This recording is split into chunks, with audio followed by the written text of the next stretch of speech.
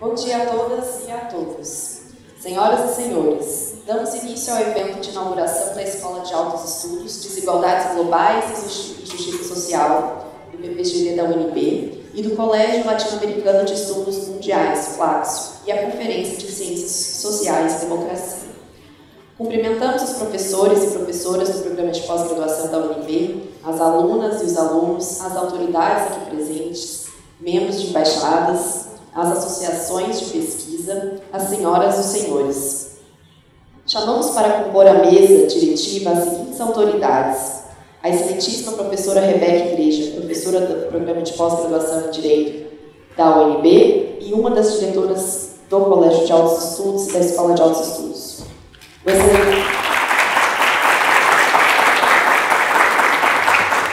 O excelentíssimo vice-diretor da Faculdade de Direito, professor Dr. Otto de Azevedo Lopes.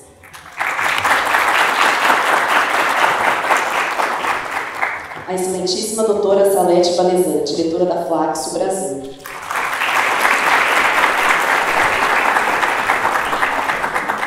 Convidamos também o excelentíssimo professor Dr. Alexandre Veronese, coordenador da Escola de Altos Estudos.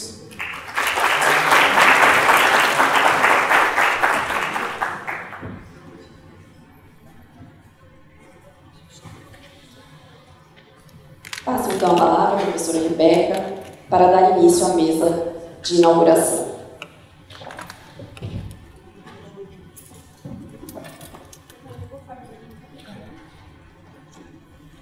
Bom dia para todos e todas. Eu gostaria de chamar minha colega Simone Rodrigues e meu colega Camilo Negre, que venham apresentar rapidamente e dar boas-vindas na escola. Simone e Camilo.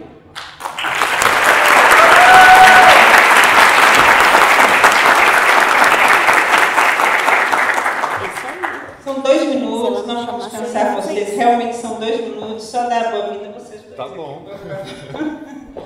Eu vou passar a primeira palavra ao Camilo, porque eu acho que você começa.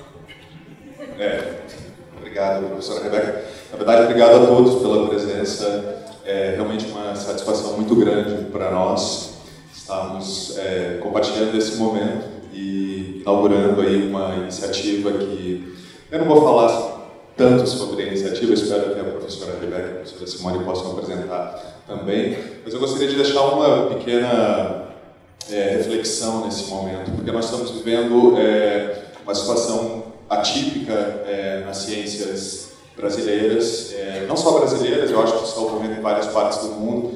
É importante que a gente realmente se atente a refletir sobre qual é o nosso papel nesse momento da história, né? Não só como cientistas, mas como cientistas sociais, especialmente cientistas sociais, porque também há uma crise de valores na nossa sociedade e cabe à academia, cabe à ciência, não só a desenvolver as técnicas e a tecnologia, mas também preservar a cultura.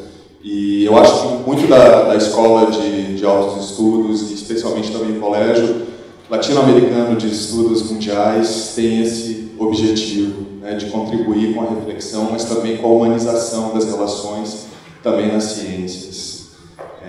Bom, é isso. Obrigado novamente pela presença de todos.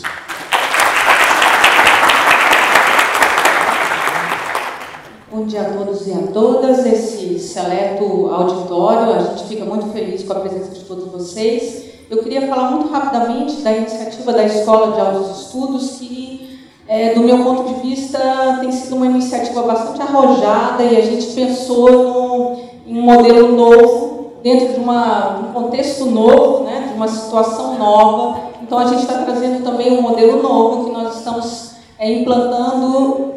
E eu acredito até agora com bastante sucesso, graças à participação de todos vocês. A escola, ela está trazendo professores de diversos países, diversas instituições renomadas. Não vou nem enumerar quantos países e quantas pessoas. É uma iniciativa que eu, Rebeca, Camilo e Veronese tivemos, discussões e debates, para formatar, trazendo os professores para cá e tornando o Distrito Federal e a UNB um local de nucleação de discussões de alta qualidade, ao invés de nós irmos separadamente para todas as instituições, nós estamos trazendo uma organicidade, um grupo que tem debatido, um grupo que tem estado bastante unido. E essa Escola de Altos Estudos, para otimizar esse debate de forma horizontal, de forma diversa, interdisciplinar, nós juntamos diversos segmentos da vida acadêmica. Então, ela atende como extensão a graduandos e pessoas de fora da UNB, ela atende a pós-graduandos da UNB e ela é uma das primeiras iniciativas, ou a primeira que eu conheço no Brasil, que reúne de forma sistemática dentro de um programa pós-doutorandos. Então, nós estamos com um grupo grande, bem diverso, com diversas formações, diversas faculdades, diversas visões, diversos campos do saber, diversas trajetórias, para que a gente tenha um debate qualificado, não só por debater, mas por construir conhecimento de qualidade. Então, a gente quer muito concretamente sair dessa escola com propostas, com discussões de categorias, com novas definições, com novas visões, e escolhemos como tema transversal de todas as discussões, porque nós vamos trazer professores e temos participando antropólogos, cientistas sociais, pessoas do direito, pessoas até da área de biologia. O tema transversal que eu acho que nos une é a questão das desigualdades. Então, a categoria de base que discutimos são as desigualdades, e a partir de cada campo do saber, a partir de cada visão, nós fazemos esse diálogo para entender este problema que nos afeta no Brasil, nos afeta nacionalmente, localmente e globalmente. Então, esse tema é que nos une, nos dá um contexto mundial de como vamos enfrentar essas desigualdades de forma mais eficaz, mais concreta, a partir dos diversos campos do saber. Então, essa é uma iniciativa que tem nos alegrado muito, e juntamente com a Faculdade de Direito, juntamente com a Flaxo e com diversas instituições que têm nos apoiado, a gente está muito feliz que vamos concretizar um sonho que a gente já tem há algum tempo, que a gente já vem trabalhando nessa ideia de um debate horizontal e bastante qualificado de temas que nos afetam a todos nós. Por isso, a gente agradece muitíssimo, e a todos vocês que nos apoiam. Muito obrigada. Obrigada, Simone. Depois eu vou passar para o Veronese também falar um pouco. Só para completar, eu acho importante que os professores que fazem parte da escola, eles vão ver essa abertura. Eu acho que é importante nomear alguns professores que vão estar aqui. Hoje mesmo chega a professora Odile Hoffmann, que é do IRD, da França. Semana que vem chega o professor Boyken, da Alemanha, da Universidade de Berlim. Chega o professor Luiz Reigadas, da UNAM, do México. Depois temos a professora Maria Teresa Sierra, do CIESAS, a professora Karina Solaberreri, da UNAM, Jurídicas da UNAM, o professor Brian Garf, da Connecticut, dos Estados Unidos.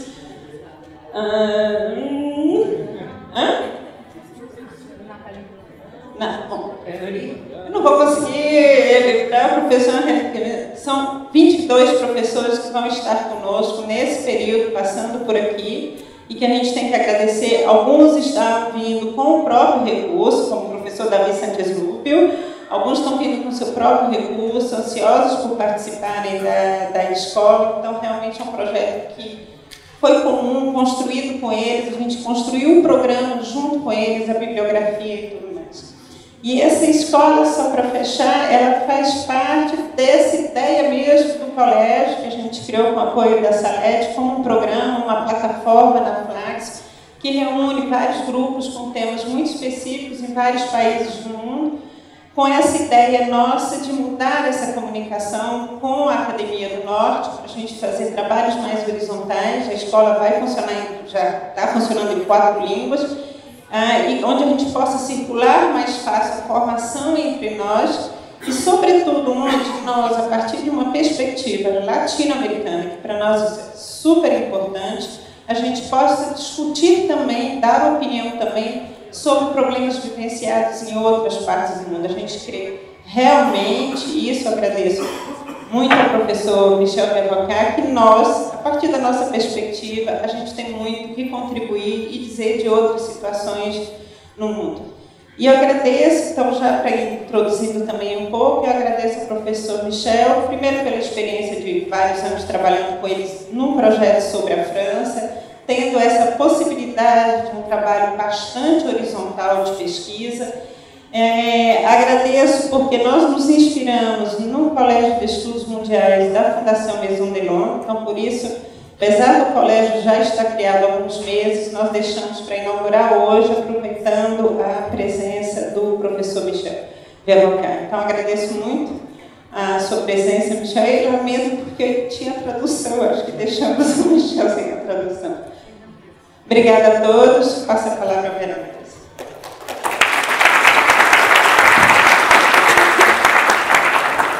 Bom dia a todos e a todas. Eu estou preparado para falar e para saudar, na verdade, o professor Michel Vervocat, é um prazer tê-lo aqui hoje. Então eu vou, também para não cansá-los, serei breve. Tá?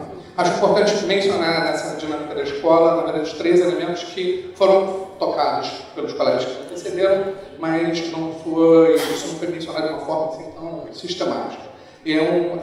Essa escola, né, esse projeto, é uma atividade de caráter multidisciplinar, então ela se estrutura a partir da perspectiva de juntar colegas que tenham, né, passagem, estudos, pesquisas na área de antropologia, de direito, de sociologia, de economia, enfim, de todas as áreas das humanidades e, quiçá, para além das humanidades.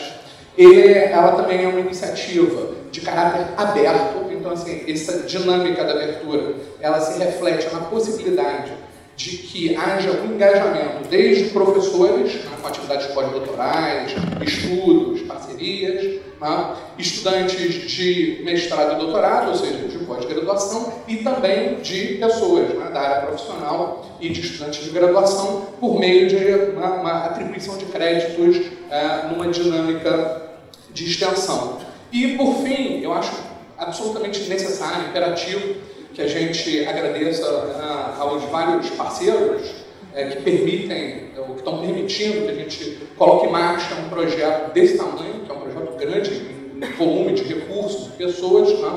E, notadamente, né, os amigos da Embaixada da França, que desde o primeiro momento, né, são parceiros em várias iniciativas, né, que nós temos aqui na Faculdade de Direito, não só relacionadas à Escola de Altos Estudos, mas nossas atividades de Direito da Internet. O professor Paulo Bourrier, que hoje está na França, é um grande interlocutor e abriu, né, avenidas para esse diálogo. Então, a Embaixada da França, o IRD francês, né, e eu vou deixar só essas duas, né, a própria CAPES, que fornece recursos por meio do CAPES Print. Então, agradecer também a reitoria, na figura da professora Márcia Abraão, e a nossa decana de pós-graduação, a professora Dalene, que também sempre são parceiros para fazer essa conjunção, né, que pode parecer assim, quando a gente é como uma grande festa, né? Na hora que ela ocorre parece que é maravilhoso, está certo, mas se a gente for lá para trás a gente vai ver o quanto de esforço, o quanto de dispêndio de energia e às vezes até de estresse, digamos assim, né, de todos os envolvidos, né, que tem para a gente ter um palco assim tão, né, brilhante, maravilhoso, e uma atividade tão, digamos assim, importante para todos nós. Né? Então, com essa última saudação, eu acho que agora eu passo a palavra para quem, Rebeca? Professor Otton, professora, para a nossa diretora da Flaxo, né? Uma convidada externa. Então, agradecer também, obviamente, a vocês que estão aqui presentes na abertura, né? E espero que não só nessa abertura, mas em todas as outras atividades que vão ser desenvolvidas pela Escola de Altos Estudos, pelo Colégio de Estudos Mundiais, ao longo desse semestre e, quiçá, dos anos vindouros. Muito obrigado.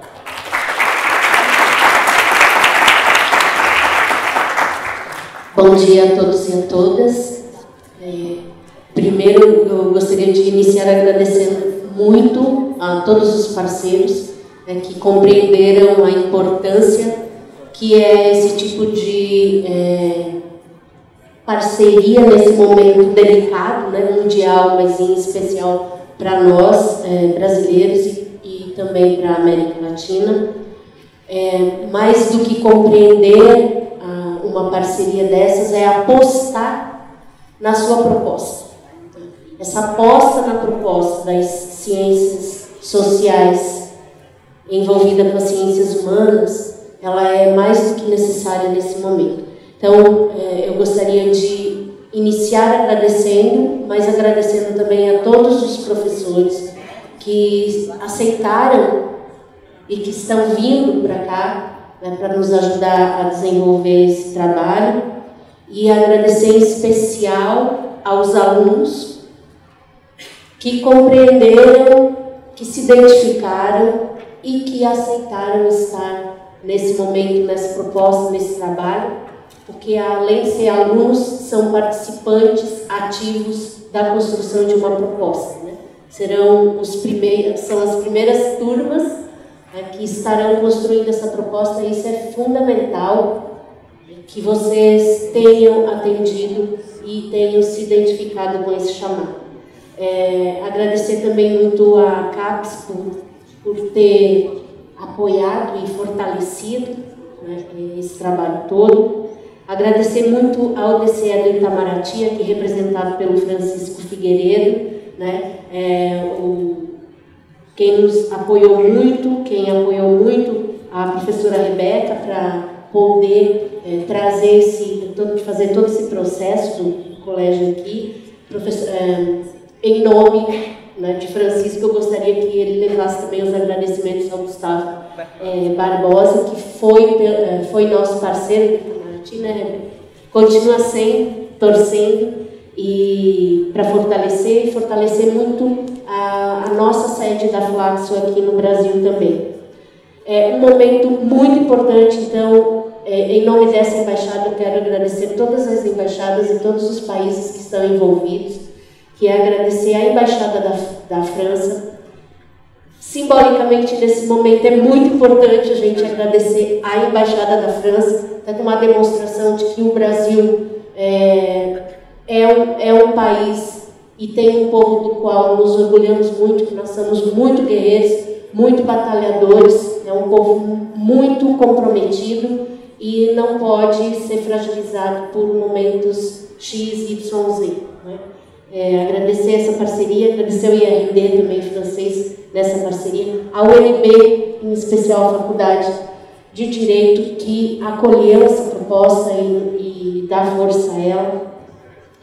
E um agradecimento especial ao nosso grande mestre professor, Michel Bovocá, né, que desde o primeiro momento dialoga com a Rebeca, que é a coordenadora do programa dentro da Flaxo Brasil. A Rebeca Igreja não é só coordenadora dentro do programa, participa conosco aqui da sede da Flaxo no Brasil, nos ajuda a fortalecer a sede, mas ela é membro do nosso Conselho Superior, como representante a título individual, né, do nosso Conselho Superior de todas as Flaxos dos 18 países. Então, é um trabalho fundamental que, junto com Simone e Camilo, nos orgulham muito e tenho certeza que vão fazer muita diferença para esse país.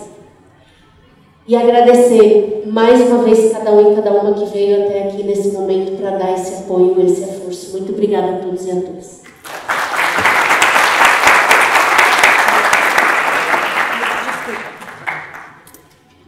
Bom dia a todos, a todas. Eu quero iniciar agradecendo a oportunidade que a Faculdade de Direito tem de colaborar com esse evento. É um evento que muito honra a Faculdade de Direito, né, principalmente hoje em que se discute a utilidade das ciências sociais, a utilidade da democracia. A par dessa discussão, que é uma discussão de certa forma medíocre, nós temos que resistir e resistir debatendo, mostrando a importância do tema, a importância dessas discussões e na perspectiva latino-americana, na perspectiva também mundial, mostrar que esses temas são temas universais. Então, eu dou parabéns a todos, aos organizadores, a quem chefia esse centro, e agradeço a presença de todos. Obrigado.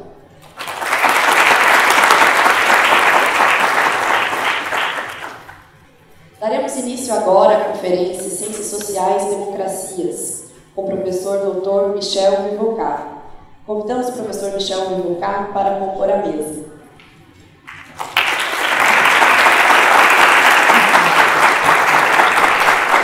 O professor Dr. Michel Vivocar é presidente da Fundação Maison de Sciences de l'Homme, diretor de estudos da Escola de Estudos Avançados em Ciências Sociais, membro da Comissão de Ciência da Universidade Aberta da Catalunha, membro do Conselho Científico do Conselho Europeu de Investigação, fundador e diretor das revistas Violência, International Journal, Journal of Ethnic and Migration, Ethnic and Racial Studies, Critical Horizons e diversas outras.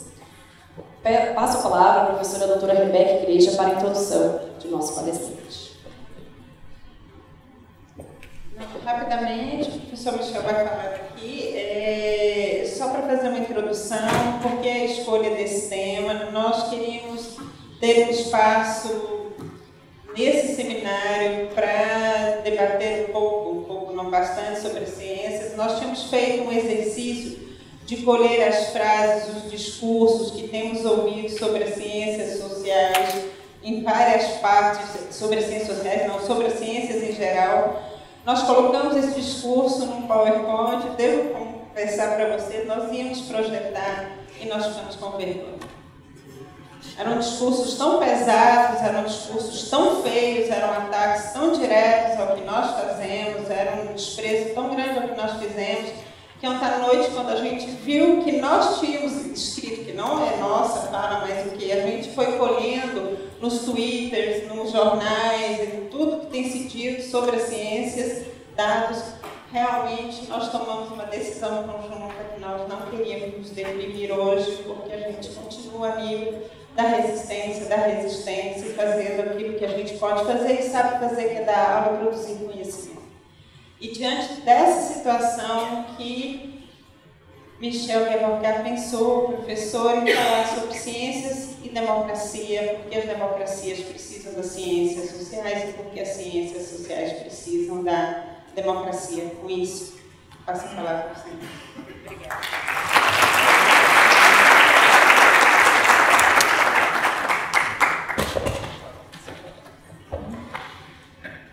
Bonjour, pardonnez-moi tout d'abord de parler en français. Je ne peux pas parler brésilien, malheureusement. J'ai entendu beaucoup de remerciements il y a quelques instants, donc pour aller directement ou presque à l'essentiel, je voudrais m'associer à tous les remerciements que j'ai entendus, avec quelques mots quand même plus particuliers pour la professeure Rebecca, bien sûr, pour l'ambassade de France, parce que son soutien a été absolument décisif. Quelques mots aussi pour saluer les familles que j'ai dans cette salle, à commencer par Maria Stella, amie de très longue date, et aussi Carlos Benedetto, que je ne vois plus, qui est dans la salle, je l'ai vu tout à l'heure, et d'autres, Camino. Voilà, donc je ne vais pas être long sur ces remerciements, mais sachez qu'ils sont très sincères.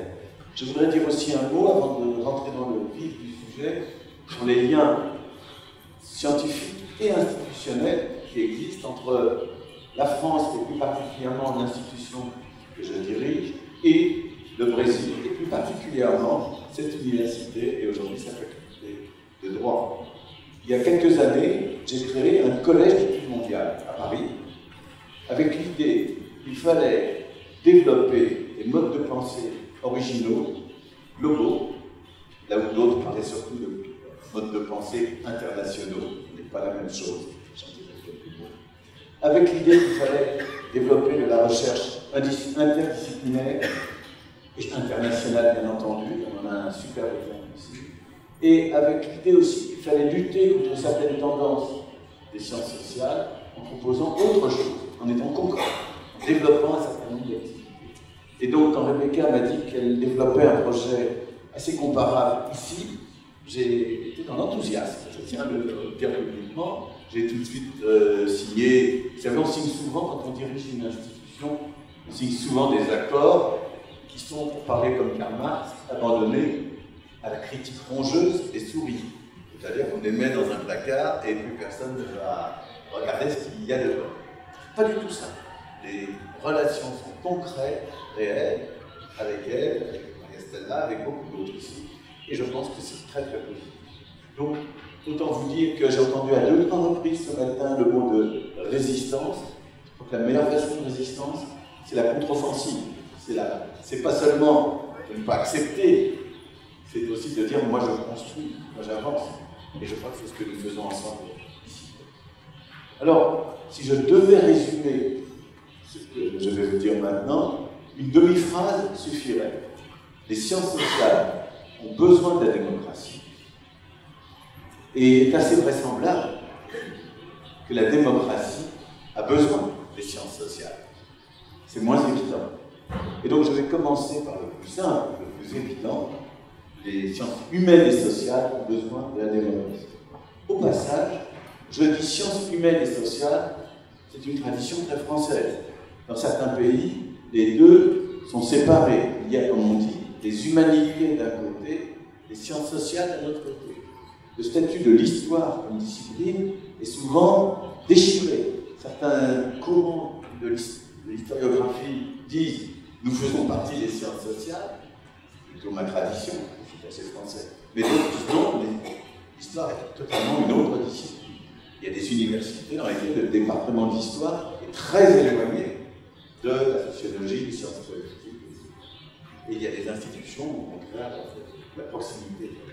Donc je vais parler, moi, de l'ensemble de ces disciplines, mais je suis sociologue et j'ai certainement parfois tendance à être un peu le corporatisme, si je peux dire, et à trop parler à partir de ma propre discipline, chacun pourra bien sûr nuancer. Alors, oui, des chercheurs en sciences sociales et humaines, en tout cas des penseurs de la société, peuvent exister dans des régimes non démocratiques, voire antidémocratiques. Par exemple, parce qu'ils bénéficient d'une certaine confiance de la part d'un souverain éclairé. Vous savez que Voltaire circulait dans les cours européennes. Parce que aussi leur travail est suffisamment théorique, il n'y en a pas besoin d'enquête, d'études, parce qu'il s'agit surtout de réfléchir. Bon, on peut travailler dans une certaine solitude, on peut même travailler, produire des connaissances en prison, bien sûr. Parce que aussi, parfois, le pouvoir a besoin de la recherche, d'une certaine recherche, comme une caution. Bon, il y a toutes sortes de raisons qui font qu'un certain développement des connaissances est possible, y compris dans des régimes non démocratiques. J'ajoute que nos disciplines sont nées dans des pays qui n'étaient pas toujours démocratiques. Et qu'on pourrait en discuter beaucoup, mais après tout, les grands penseurs fondateurs des sciences sociales n'ont pas toujours vécu dans des pays démocratiques. Donc, le problème n'est pas vraiment là.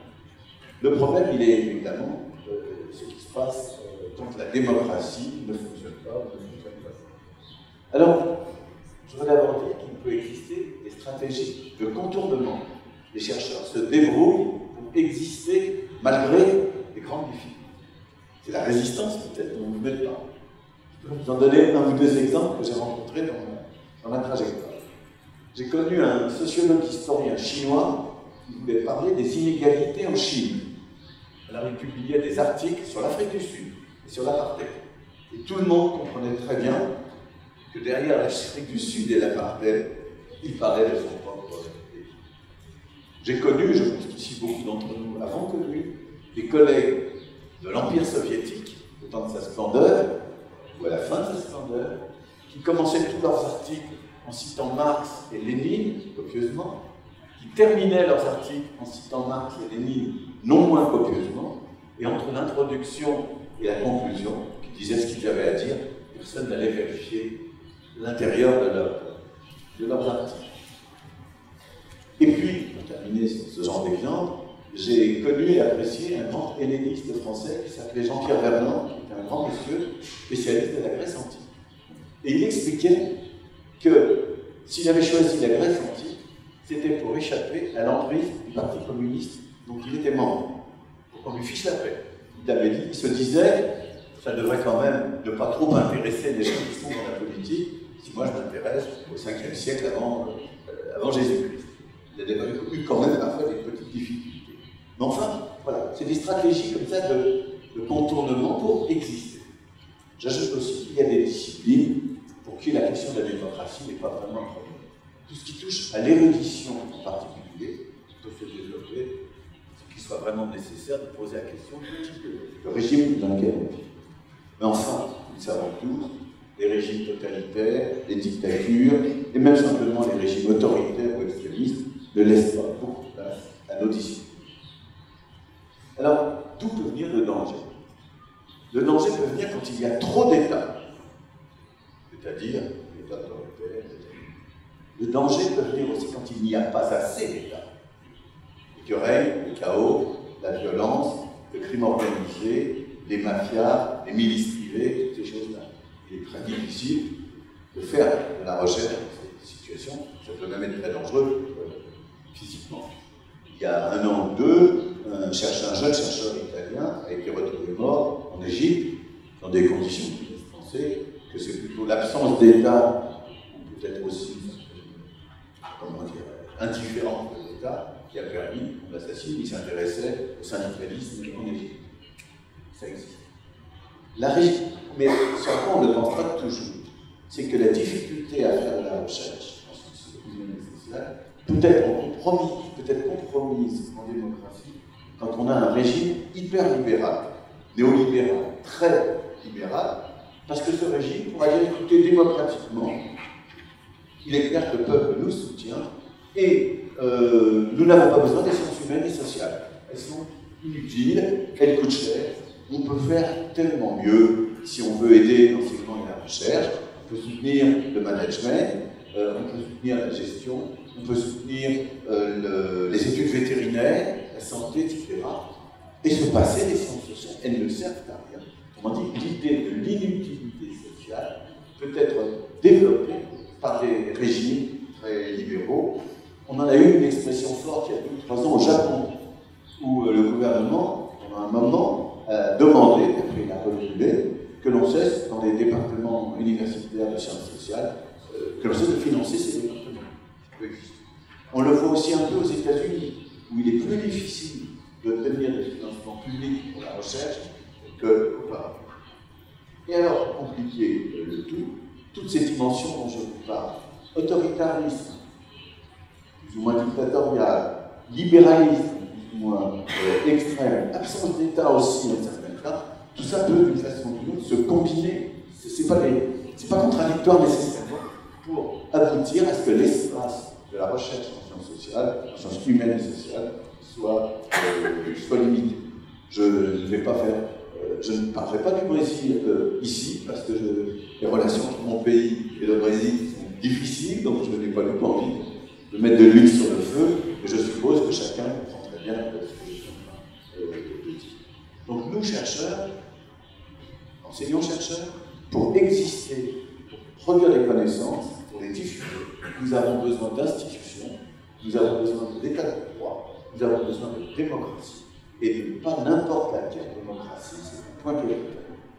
Aujourd'hui, une expression qui vient du monde anglo-saxon à beaucoup de succès, on parle de démocratie illibérale, c'est-à-dire de démocratie sans la représentation politique, pour le dire simplement, et une démocratie dans laquelle les institutions ne pèsent pas le même. Eh bien, cette démocratie ne nous aide pas à faire de la recherche et à exister, et donc je crois qu'il faut avoir tout ceci en faisant très clair à l'esprit.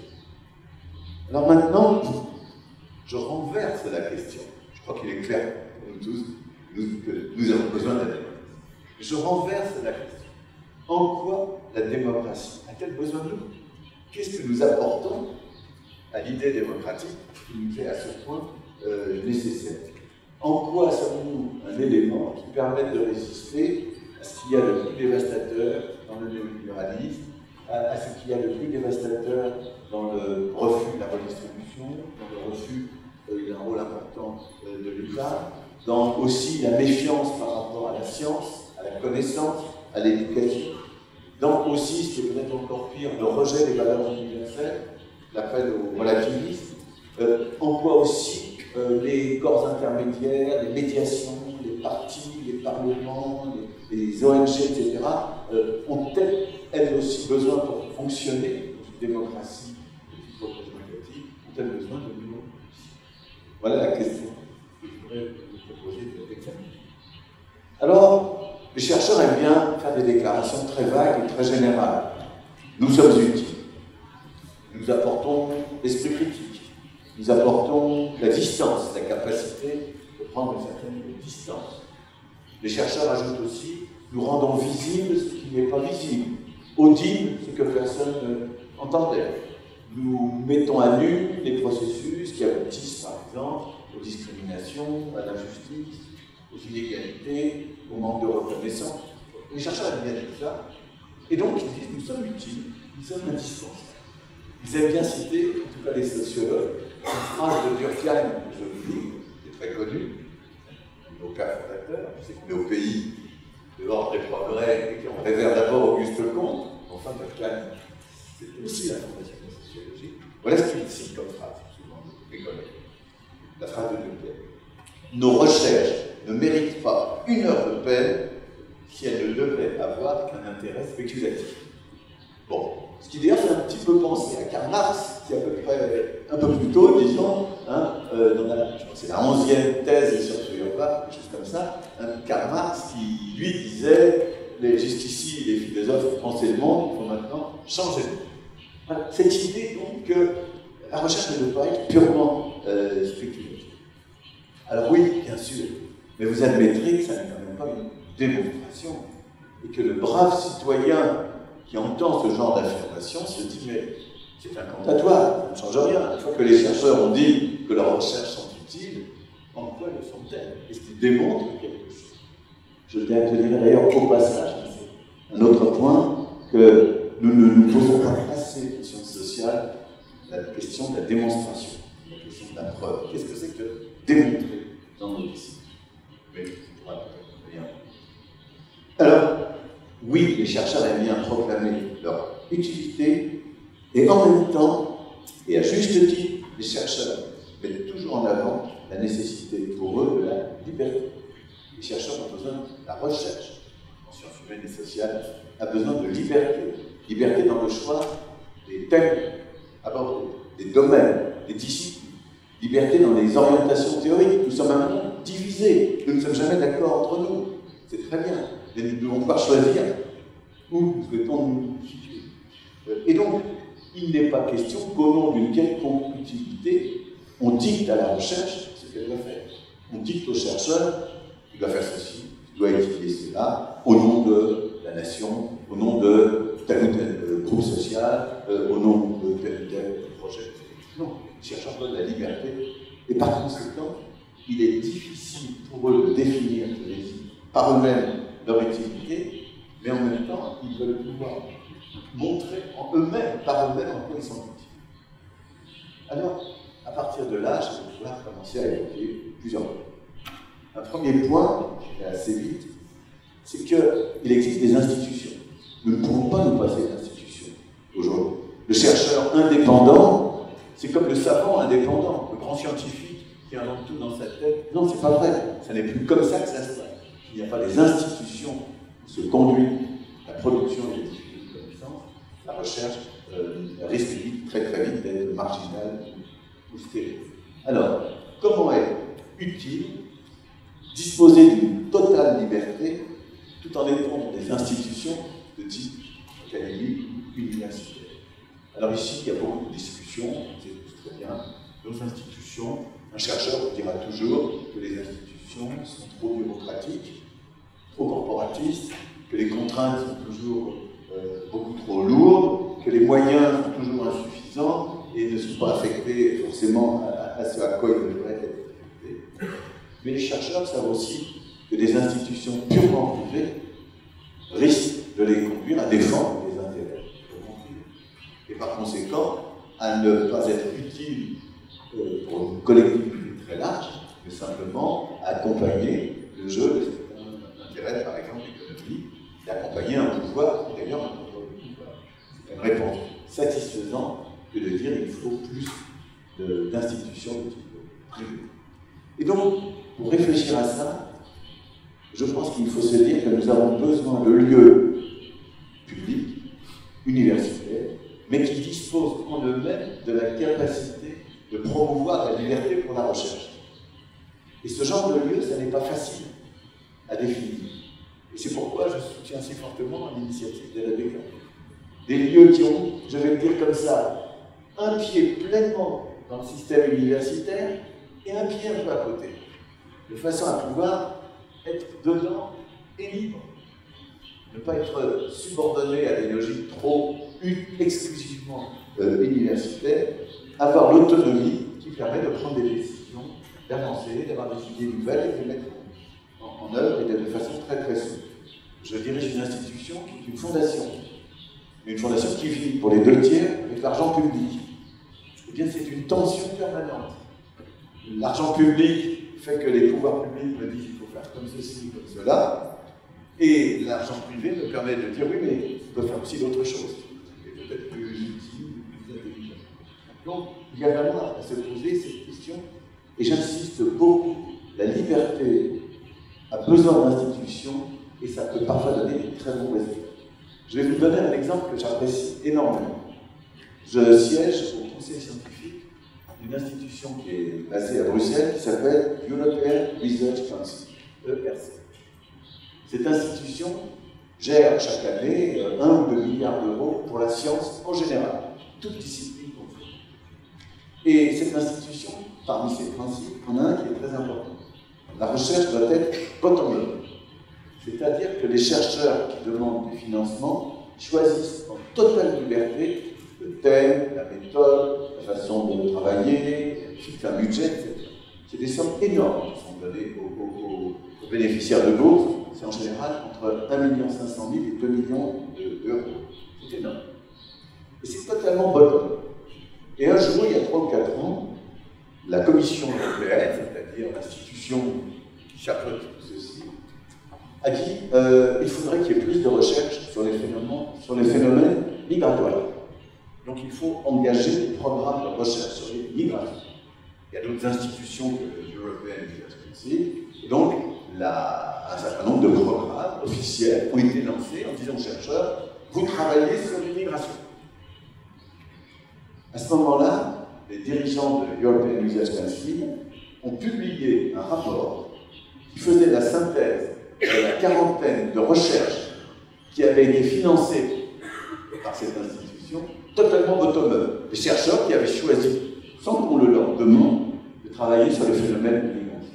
Et le résultat est très intéressant. La recherche n'avait pas besoin que depuis le sommet de la Commission européenne, on dise aux chercheurs, les phénomènes de migration sont importants, il faut les étudier.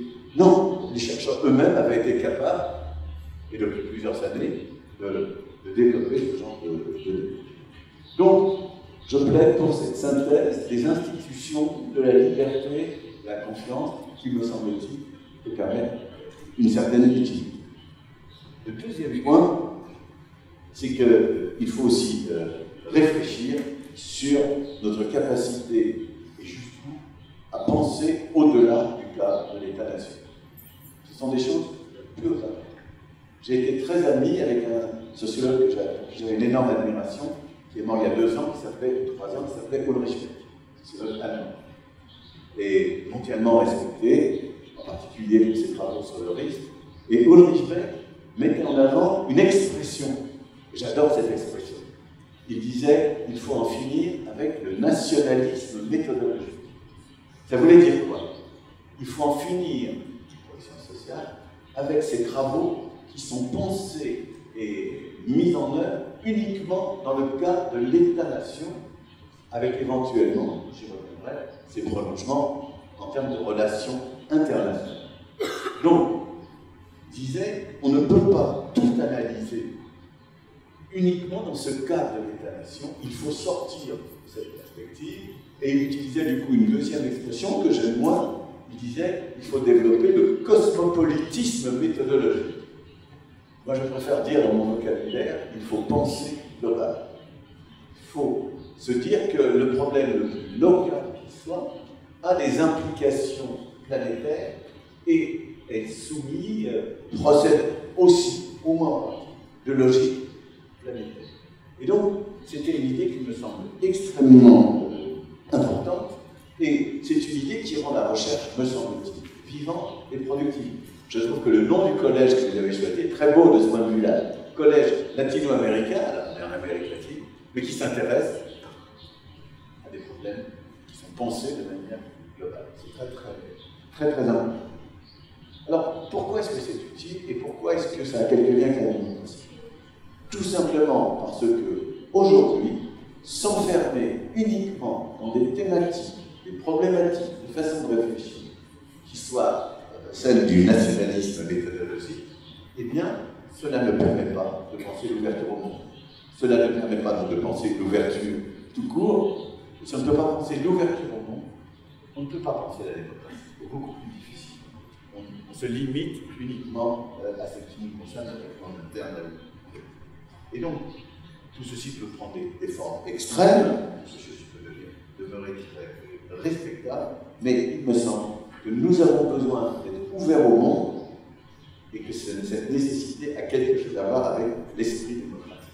Il ne s'agit pas de dire ouverture à tout vent, il ne s'agit pas de dire que l'État-nation doit disparaître, il s'agit de dire l'analyse en sciences sociales doit articuler différents niveaux, depuis le plus global, le plus mondial et le plus général, jusqu'au plus singulier, le plus local, et je dirais même en dessous, jusqu'au niveau de la personne singulière.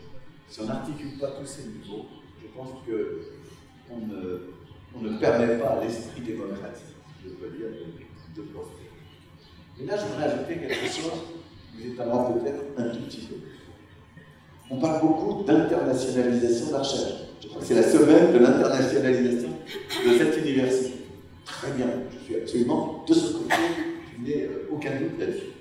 Mais l'internationalisation de la recherche, cela veut dire que les chercheurs et les institutions entre pays communient, sont en relation, parfois travaillent ensemble, mais le cadre intellectuel reste celui de l'État-nation, simplement on se met en relation avec les autres États-nations. Alors, il me semble qu'il est préférable ou nécessaire en plus, je vais dire comme ça, d'ajouter à l'idée d'internationalisation de la recherche une autre idée qui n'est pas la même, qui est la globalisation de la recherche. La globalisation de la recherche, ça ne veut pas dire seulement que l'on étudie des questions globales, cela veut dire que le mode d'approche lui-même est global, que la conscience que l'on a du travail que l'on produit lui-même est globale. Donc ça veut dire qu'on doit identifier évidemment des objets globaux, et pas seulement économiques. Moi j'ai toujours amusé quand je me dis qu'avant l'économie, la religion est tout à fait globale. Regardez, par beaucoup d'évangélisme en ce moment, c'est bien un phénomène religieux important, celui-là, c'est global. Dans d'autres parties du monde, on parle de l'islam, c'est pareil, c'est global. Donc, nos objets globaux, bien entendu, on doit identifier des objets globaux, mais on doit aussi penser, analyser les choses, comme ça, en temps plus général, mondial, c'est aussi une façon de penser, surtout si on est capable de circuler entre tous les niveaux, et de ne pas s'installer à un seul de ces niveaux, mais prendre en compte tous ces niveaux. Or, ce type de pensée, qui me semble nécessaire pour l'esprit démocratique, ce type de pensée se heurte à un problème universitaire très important, qui est la tendance à la spécialisation. Les chercheurs, et c'est pas récent, je lisais un texte de Horkheimer des années 1930, dans lequel il disait déjà, c'est ennuyeux, la recherche est de plus en plus spécialisée. Et donc, oui, les chercheurs sont très très spécialisés. Vous avez le spécialiste d'un problème très précis, qui est dans des réseaux internationaux, qui connaît parfaitement bien son domaine, qui a été très bien formé, mais qui est incapable de discuter d'autre chose que de son problème précis. Et s'il est spécialiste de ce problème-là, il n'est même pas capable de débattre de choses assez proches de son problème et qui ne sont pas. Or, tout pousse les jeunes générations, en particulier, à aller dans ce sens. Parce que pour faire une trajectoire de chercheur, il faut publier, il faut obtenir des postes, et que c'est tellement plus facile, quand on est très spécialisé, de publier dans des revues très spécialisées, et d'ensuite de commencer. Donc, c'est un premier point très très important. Je pense que la démocratie attend quelque chose de la recherche si la recherche résiste à cette tentation de l'hyper-spécialisation. Autre point lié au précédent, plus la recherche est globale, et plus elle est presque par définition interdisciplinaire, pluridisciplinaire. Pourquoi? Tout simplement parce que plus la recherche est globale, et plus elle s'intéresse à des grandes questions, à des problèmes, à des thématiques. Et par conséquent, si on veut s'intéresser à une grande question, il faut se donner les moyens de bien la traiter, et qu'on la traite toujours mieux si on mobilise des compétences venues de différentes disciplines. Je ne vous dis pas qu'il faut s'opposer aux disciplines. Je dis au contraire, il faut des disciplines. Il faut même être excellent dans sa discipline. Mais il faut être capable de travailler avec des gens qui relèvent d'autres disciplines, ou d'être soi-même ouvert à d'autres disciplines, ce qui pose la question de la formation, d'ailleurs, des futurs chercheurs, et des questions de discipline, de l'éducation. On a en France un chercheur qui est assez connu en Amérique latine, Edgar Morin. Edgar Morin a très souvent développé cette idée, lutter contre la spécialisation, contre l'hyper-spécialisation, développer ce qu'il appelle la complexité, le refus, comme il dit, de saucissonner, de couper en tranches de saucisson les niveaux, les problèmes, et bon, voilà. Et je crois que c'est très très important d'accepter ce genre de choses. Ce que je vous dis dans l'espace doit être aussi accepté dans le temps. On n'y pense pas toujours suffisamment, parce qu'on ne travaille pas suffisamment, quand on n'est pas historien, avec les historiens. Alors c'est très vrai. Le temps, ça peut être, moi j'appartiens à une institution qui a été créée par Fernand Braudel. C'est l'historien qui a eu, avec le plus de force, l'idée qu'il fallait distinguer les niveaux de temporalité. Le temps, c'est le très long terme, 10 ans, 2000 ans. C'est le moyen terme, 50 ans, 100 ans. Et puis c'est le très court terme. Eh bien, de la même façon qu'il faut penser global et articuler les niveaux dans l'espace, je crois qu'il est très important d'être capable aussi de penser les problèmes dans leurs différents niveaux de temporalité. J'en dirai un mot dans un instant, j'ai beaucoup travaillé sur les questions de terrorisme. La temporalité ici, elle peut être immédiate, ce qui est bon nous fasse sauter tout à l'heure devant le palais présidentiel, j'espère que non, ça peut être immédiat, mais le temps c'est aussi quels sont les processus qui depuis 50 ans ont fait qu'un beau jour apparaisse une guérilla, un groupe terroriste. Et puis aussi, quelles sont les catégories qui irriguent le discours des acteurs qui ont peut-être eu des centaines d'années à être forgés, vous voyez. Donc la question, il me semble que si l'on veut favoriser les idées démocratiques, maintenant je vais vous le dire autrement, il faut refuser la tendance extrêmement forte à ce qu'un historien français, François Hartog, appelle le présentisme. Tout voir uniquement à la lumière du présent, sans penser le futur et sans penser le passé. Et donc, il me semble que si nous voulons être utiles, nous devons imposer en quelque sorte dans le débat public l'idée qu'il y a différents niveaux pour comprendre les problèmes d'espace et de temps. Mais je voudrais terminer sur ce point par une remarque importante et à laquelle on ne prête pas suffisamment attention, qui est une remarque sur la comparaison. On a souvent le sentiment que la comparaison internationale est un progrès considérable. C'est vrai, c'est vrai. Il vaut mieux étudier le syndicalisme dans 10 pays, ça existe un livre là-dessus, plutôt que dans un seul pays. Bien entendu. Mais je voudrais indiquer les limites de la comparaison par rapport à ce que je viens de dire. La comparaison, en général, elle se fait à partir de catégories. D'où viennent les catégories? Elles ne viennent pas de l'ensemble des pays que l'on va comparer. En général, elles viennent d'un ou deux ou trois pays centraux au sein desquels on a construit ce dispositif qui va permettre ensuite d'aller empiriquement voir ce qu'il en est dans tel et tel. C'est très ethnocentrique. Et l'on risque les pires erreurs. J'ai participé il y a quelques années à un groupe de travail de l'UNESCO qui voulait préparer un gros rapport sur les sciences sociales. Et je me souviens, un des intervenants indiens dans ce groupe a dit, écoutez, vous voulez qu'on compare le chômage dans le monde entier. Mais un chômeur suédois, ça n'a rien à voir avec un chômeur indien. Et on parle de choses qui qui n'entretiennent aucun lien. Donc la comparaison du chômage entre la Suède et l'Inde est une absurdité. Et donc, je ne dis pas qu'il ne faut pas faire de comparaison, mais vous voyez, il y a des limites à cet exercice, et je crois qu'il est très important, non pas de refuser la comparaison, mais d'interroger la toute comparaison suivant des catégories sur lesquelles elle se construit, de façon à éviter les notions. Ça me semble extrêmement décisif pour la recherche, et peut-être même faut-il mieux faire ce que font certains, circuler d'un pays à un autre, plutôt que de comparer ce premier pays au deuxième pays. On a en France un philosophe, certains connaissent peut-être son travail, François Julien, qui est un très bon philosophe, très reconnu, je pense que c'est le philosophe français le plus traduit à l'étranger, qui s'intéresse à la philosophie chinoise. Et il circule en permanence entre la philosophie chinoise et la philosophie occidentale, européenne. Mais il ne compare pas, il circule, il mesure des écarts, et il passe de l'un à l'autre en permanence. Ça me semble extrêmement important. Donc, un des points sur lesquels je voudrais insister, il me semble que nous avons besoin de recherche comparative, bien sûr, mais que ça n'est pas la panacée. Ça ne suffit pas. Il faut être capable d'aller au-delà et en tout cas d'interroger vraiment en profondeur les catégories sur lesquelles se font une comparaison. Je voudrais maintenant avancer et vous parler d'un point qui est capital, qui est la capacité que nous avons ou non de travailler avec des acteurs. Peu importe la nature de ces acteurs. Des acteurs sociaux, des acteurs politiques, des acteurs culturels, des acteurs religieux, j'en donne un exemple, mais la capacité pour nous de travailler avec des acteurs.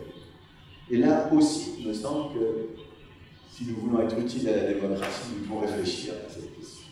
Alors classiquement, cette question, c'est la question de l'engagement. Et d'ordinaire, je peux vous dire, il y a des centaines de livres, d'articles qui en gros disent à peu près la même chose. Pour les sciences humaines et sociales, le choix, je simplifie la question bien sûr, le choix est entre deux postures possibles.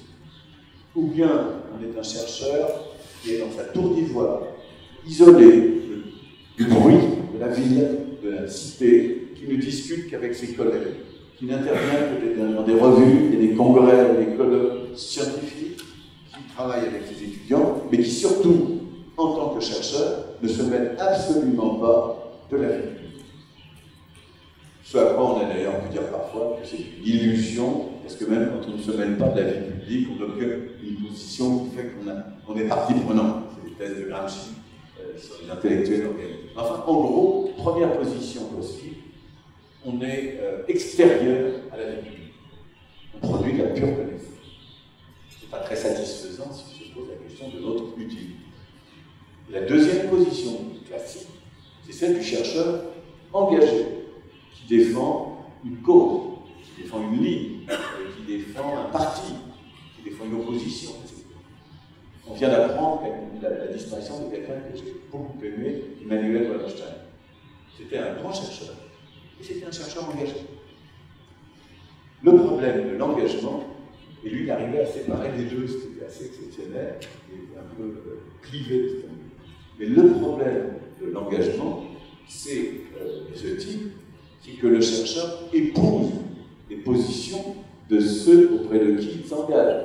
Si vous êtes au forum altermondialiste de Porto Alegre avec les militants altermondialistes, vous êtes avec eux. Oui, vous êtes un chercheur, mais vous êtes surtout un militant. Si vous êtes marxiste, vous êtes au Parti communiste, vous êtes membre d'un parti et vous faites ce que le parti vous demande de faire.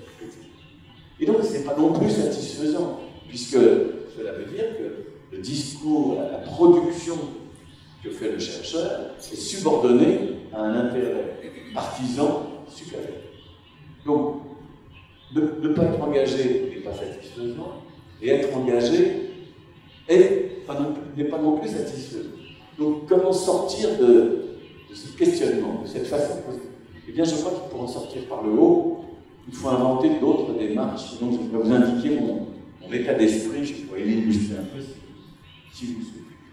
Et donc, il me semble que si nous pensons que nous devons être utiles comme chercheurs à la vie collective, nous pouvons être en relation avec des acteurs quels qu'ils soient, à condition d'être en relation avec eux et non pas en se transformant soi-même en acteur, à condition de rester un chercheur. Et qu'est-ce que ça veut dire être en relation avec eux? Ça peut dire, et rendre des choses un peu plus compliquées. Ça peut vouloir dire plusieurs choses. Ça peut d'abord vouloir dire simplement apporter à cet acteur des connaissances sur les problèmes sur lesquels lui-même intervient. Donc, si vous allez au forum de Porto Alegre avec les altermondialistes, apporter des connaissances sur les problèmes de dispute de certains à propos de la dévastation de la forêt amazonienne, par exemple. Donc, là, vous êtes un acteur parmi d'autres et vous avez votre capacité d'apporter des connaissances sur le même problème sur lequel travaille le. Ça, c'est une première attitude. Il me semble qu'une deuxième attitude possible, et plus intéressante, c'est celle qui consiste à proposer aux acteurs de réfléchir à leur propre action. D'être celui ou celle qui met les acteurs, quels qu'ils soient, en une position d'analyser, de mieux comprendre ce qu'ils font, à condition, c'est là tout ce que je dis, à condition que cette proposition soit utile aux acteurs. Et comment être utile aux acteurs? Il me semble que c'est en leur montrant comment, et en discutant avec eux, bien sûr, comment telle ou telle analyse de leur action peut les aider à élever leur propre capacité d'action. Je dis des choses qui sont peut-être un peu abstraites, mais autrement dit, je reprends mon exemple fictif, monsieur, du forum de Porto Alegre, autrement dit, le chercheur qui dit « moi je viens à Porto Alegre pour travailler avec tel ou tel groupe de militants de telle ou telle ONG », non pas pour leur apporter des connaissances sur la forêt amazonienne et ceux qui la dévastent, mais pour porter des connaissances sur leur action à eux, sur ce que vous faites militants, écologistes, intermondialistes, etc. Et en montrant comment leur action, en réfléchissant avec eux, en place des protocoles de recherche, comment en réfléchissant à leur action, en analysant leur action, ils peuvent peut-être élever leur capacité d'analyse et d'action. C'est ce genre de démarche qui me semble intéressant, qui pose des problèmes quand on étudie non pas des acteurs pour qui on a de la sympathie, mais des acteurs pour qui on a de l'antipathie. J'ai travaillé par exemple sur le racisme, sur l'antisémitisme. Je ne vais évidemment pas aller voir des racistes ou des antisémites en leur disant « je vais vous aider à être encore plus capable d'être raciste ou d'être antisémite ». Il faut poser les problèmes un peu autrement. Mais il y a aussi des réponses à ce genre de problèmes d'objectifs. Autrement dit, je pense que la recherche doit toujours, comme Max Weber le demandait, se poser la question de sa neutralité axiologique, bien sûr. Mais je pense aussi que la recherche doit être capable de créer des relations avec toutes sortes d'acteurs pour élever la capacité d'action et d'abord d'analyse. Chacun de ces acteurs et contribuer, je pense, à plus de débat et plus de vitalité de la vie. C'est un peu ça l'idée sur laquelle je voudrais vraiment le plus insister. Alors, c'était peut-être l'essentiel, mais je vais m'approcher de ma conclusion. Je pense que les sciences humaines et les sociales, je vais dire ça pour la sociologie simplement, sont souvent partagées entre deux possibilités. Est-ce qu'on s'intéresse, quand on est sociologue, à la sociologie, ou est-ce qu'on s'intéresse à la société? On a beaucoup de nos collègues qui, très utilement, sont d'excellents spécialistes de tel ou tel auteur, de tel ou tel courant de pensée, de tel ou tel débat, etc. Bon. Puis on a aussi des sociologues qui ne s'intéressent pas beaucoup à tout ça, qui s'intéressent beaucoup plus à faire des recherches empiriques et à tel ou tel.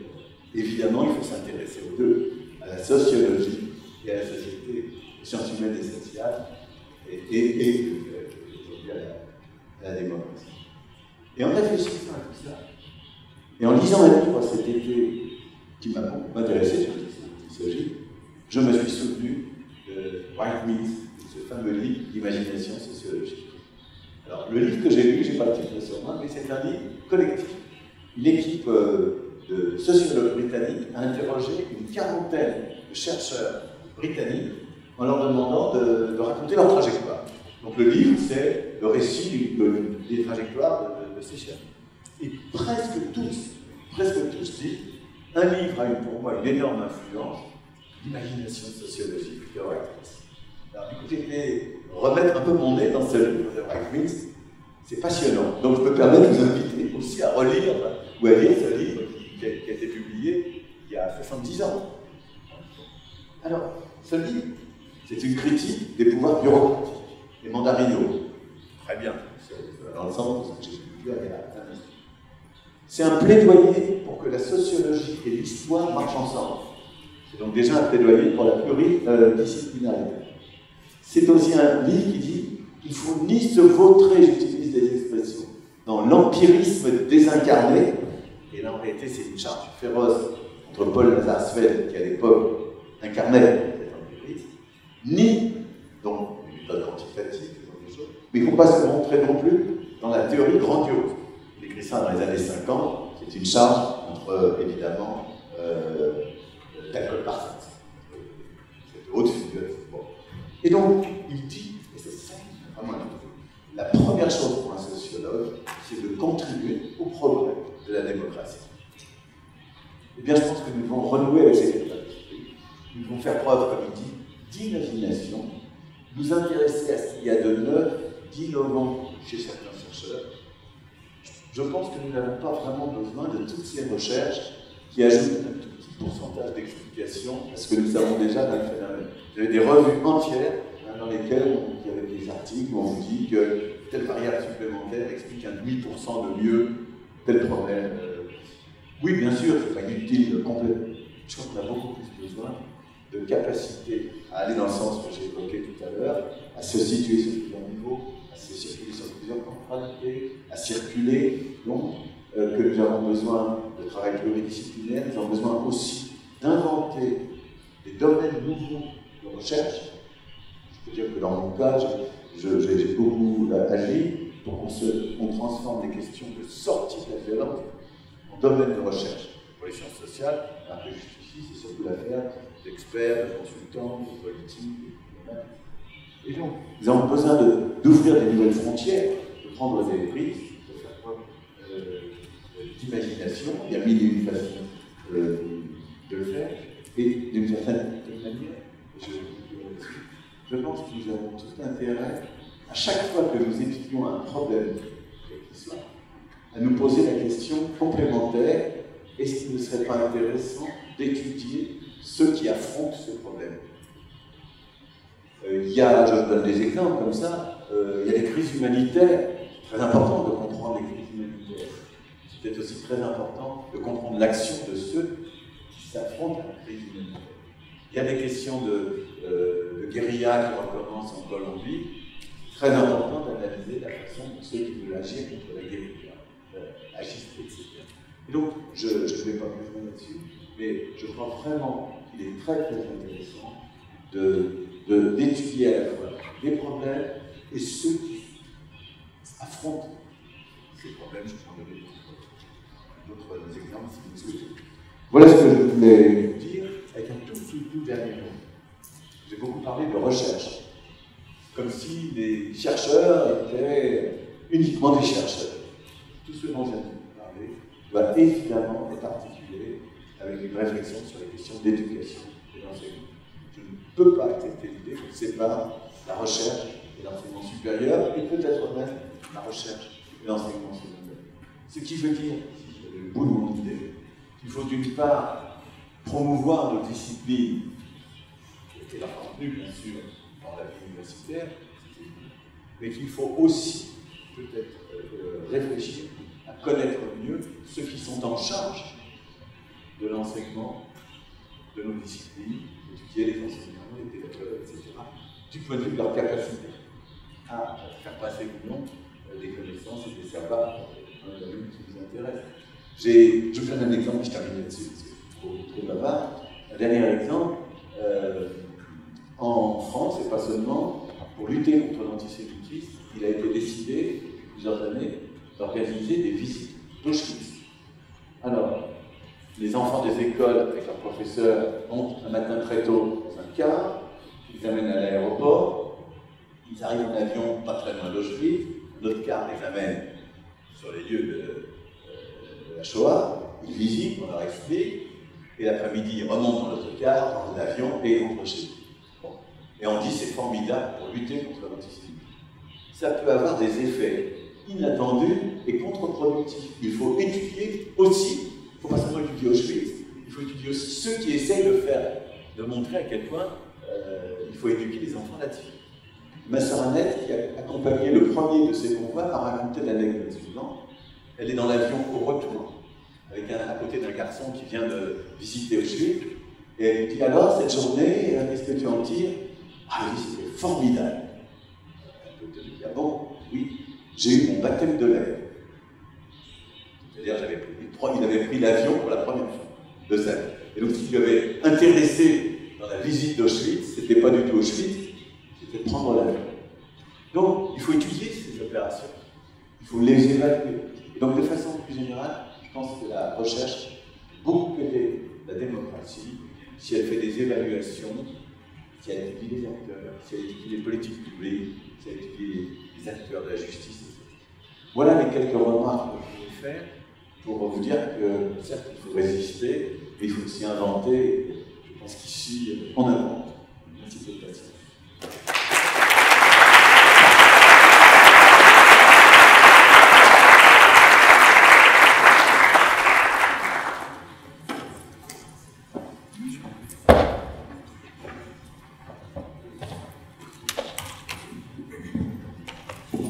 Agradecemos a exposição do professor Michel Bocá e convidamos a professora Simone Rodrigues Pinto, o professor Camilo. Professora Simone.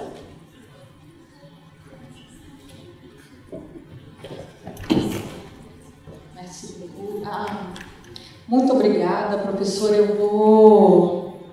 Nós estamos partindo para o encerramento, mas eu vou aproveitar a oportunidade de dizer, a gente quis fazer algo assim bem rápido, a apresentação do colégio, que é a inauguração do colégio também, mas eu não podia deixar de ousar dizer que nós estamos aportando essas ideias quando nós criamos o colégio, né? Um olhar a partir do nosso lugar de fala de latino-americanos para os problemas mundiais e também trazer a visão dos problemas mundiais para que a gente possa pensar os problemas brasileiros e os problemas latino-americanos.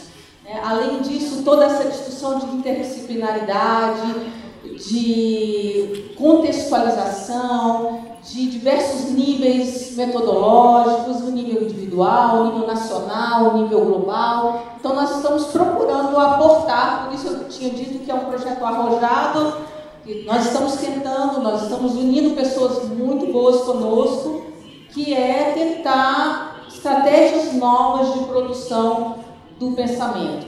E convidamos a todos a estar conosco nesse projeto, né? Não tem internet, né? A visitar... Não sei se tem aquele slide. Tem slide. A visitar o nosso site, se juntar a nós como pesquisador, etc.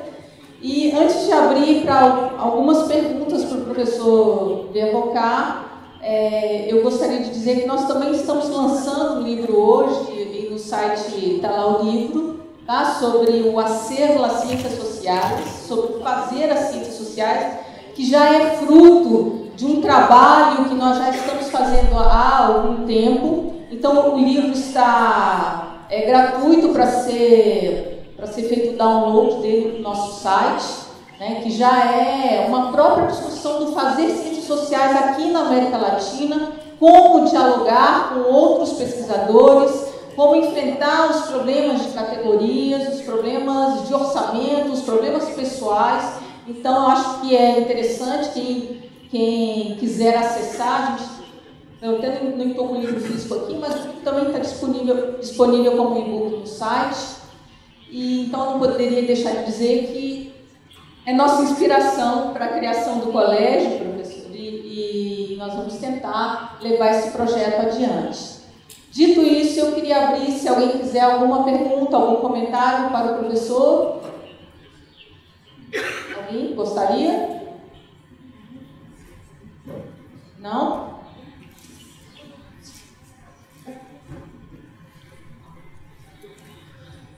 Bom dia, eu me chamo Jaime Santana e eu sou parasitologista. Trabalho com doenças infecciosas. E gostaria de um comentário do senhor, por favor, se as reflexões que o senhor fez hoje no domínio da sociologia e das ciências humanas e sociais também se aplica às outras ciências, particularmente às ciências da vida. Obrigado.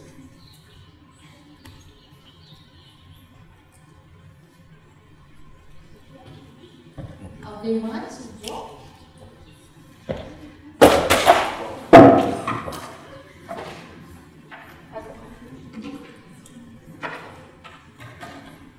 Je suis absolument convaincu que vous avez raison et que quand on dit pluridisciplinarité, il faut ajouter deux choses.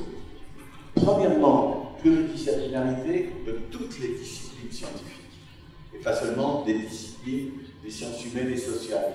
Bien entendu, je suis convaincu que des recherches de parasitologie ont tout à gagner et à faire gagner à ceux qui voudront discuter avec des gens comme vous, parce qu'ils s'intéressent à des problèmes de santé publique, parce qu'ils s'intéressent à des problèmes d'épidémie, parce qu'ils s'intéressent à des problèmes de tourisme, de transport aérien, que sais-je. Il y a certainement un très grand nombre de relations à créer entre les disciplines scientifiques.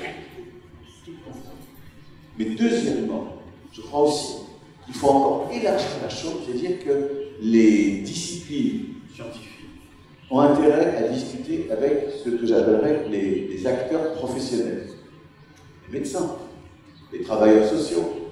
Je prends l'exemple de la parasitologie, les gens qui gèrent des dispensaires dans certains pays, les centres de santé, les gens aussi qui, je ne suis pas du tout compétent en parasitologie, mais enfin les gens qui proposent des nouvelles méthodes pour étudier ces questions, etc. Et donc, la pluridisciplinarité, elle doit être très large. Au-delà des disciplines du savoir, soit académique ou universitaire, voilà. Donc, je vais complètement de votre côté. Je sais très bien qu'un parasitologue soit venu écouter un sociologue. Je m'engage à faire la même chose, en l'autre sens, à l'occasion. Mais alguém? Bom, então, muito obrigada pela presença de todos e nós vamos continuar trabalhando e convidando vocês para estar conosco aí ao longo do ano com nossos projetos. Muito obrigada.